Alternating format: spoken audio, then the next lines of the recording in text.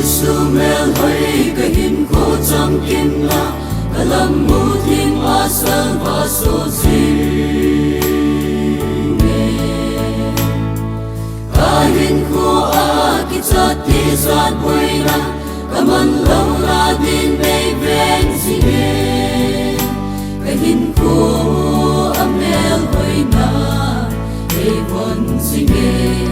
ki cha lâu din lâm ei hil sing nghe ô Giêsu ta đến kỳ ngày na ta hát na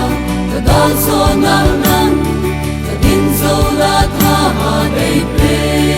ba ta làm pia ei vui sing ba chu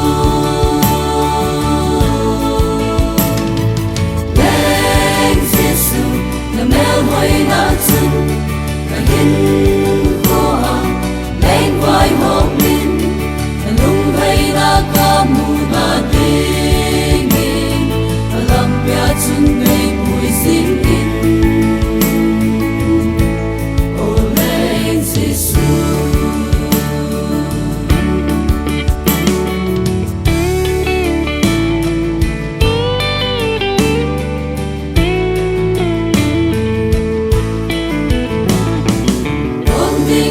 cha là sung kiêu thô à cần hồ lâu là đến lấy khi lệ xa gì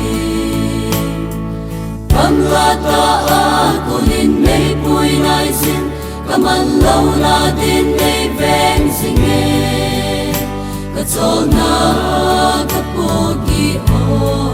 ngày ngày sang gì khi mà à cùng giam in ấy đi ô Giêsu ta đến kỳ ngày na ta hát na ta đón gió nắng nắng ta đến dâu la tha hà đầy bê ba ta làm pia ei vui sing ba chu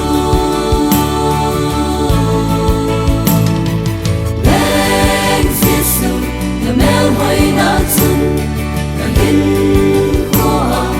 lên vai hồng linh lung hay na ca mu na tình in làm bia chân ngày buổi sinh in ô lên Giêsu Hallelujah ô Hallelujah sun lai ni sa sangin avazoe Hallelujah oh Hallelujah Giêsu mel hoi na chu Hallelujah oh Hallelujah sun lai ni sa sangin avazoe Hallelujah oh Hallelujah